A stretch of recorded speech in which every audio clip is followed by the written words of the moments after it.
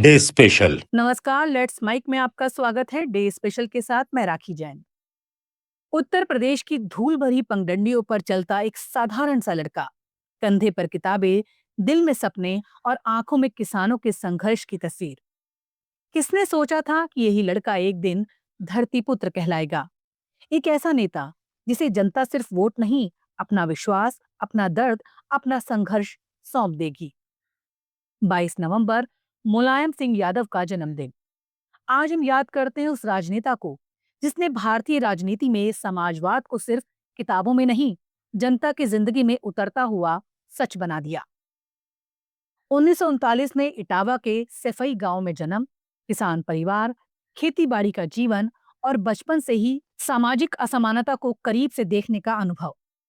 परिस्थितियां सीमित थीं पर सोच विशाल, और यही सोच उन्हें धीरे धीरे राजनीति की ओर खींच लाई।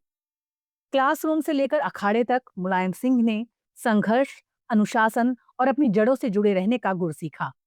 और फिर 1967 पहली बार विधायक बने। ये सिर्फ एक चुनाव नहीं था, बल्कि धरतीपुत्र के सफर की शुरुआत थी। मुलायम सिंह यादव भारतीय राजनीति का वो अध्याय है जिसमें समाजवाद सिर्फ विचार नहीं, आंदोलन बनकर उभरा। उनकी भाषा जमीन की भाषा थी। उनका एजेंडा किसान, मजदूर, पिछड़े, वंचित उन वर्गों का था जिनकी आवाज संसद की ऊंची दीवारों तक कम ही पहुंचती थी। वो कहते थे, राजनीति का असली मतलब है जनता के दुख को समझना।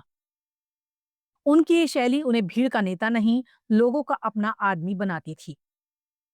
1989, 1993 और 2003 तीन बार उत्तर प्रदेश के मुख्यमंत्री बने। उनके कार्यकाल में शिक्षा, खेल और ग्रामीण विकास पर विशेष जोर रहा। That's my day special. Saifai जैसे छोटे गांव को भी उन्होंने दिखाया कि विकास सिर्फ महानगरों का अधिकार नहीं, गांव भी तरक्की का केंद्र बन सकता है। कानून व्यवस्था से लेकर सामाजिक न्याय तक उन्होंने प्रदेश की राजनीति में एक अलग पहचान बनाई। सख्त प्रशासक, लोगों के नेता और संवाद की राजनीति करने वाले नेता। आखिर मुलायम सिंह यादव को धरती पुत्र क्यों कहा गया? क्योंकि वो कभी जनता से दूर नहीं हुए।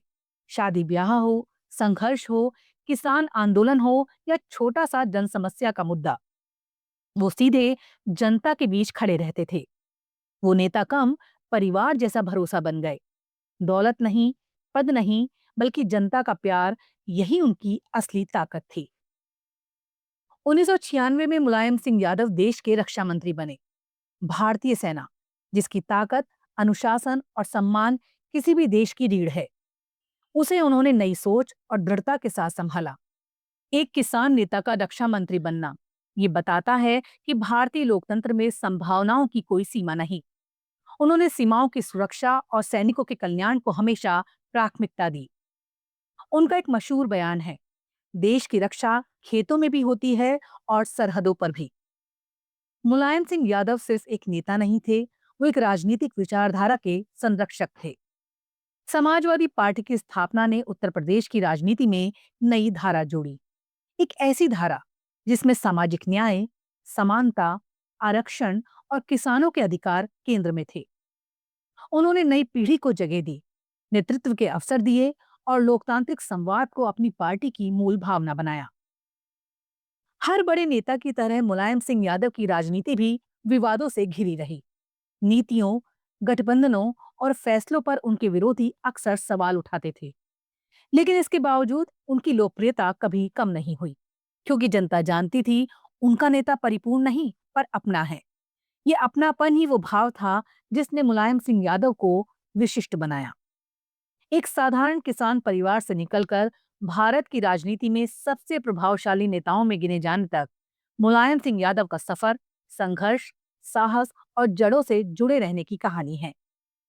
आप सुन रहे थे लेट्स माइक की विशेष प्रस्तुति। इस पर आपकी राय का रहेगा इंतजार। लेट्स माइक के कमेंट बॉक्स में जरूर बताइएगा। आप सब लीग से हटकर बनाए गए हमारे कार्यक्रम पसंद करते हैं, इसके लिए आपका दिल से आभार। चैनल को लाइक और सब्सक्राइब जरूर करिए और जुड़े रहिए लेट्स माइक के साथ। नमस्कार। आप सुन रहे थे let's mike more than radio.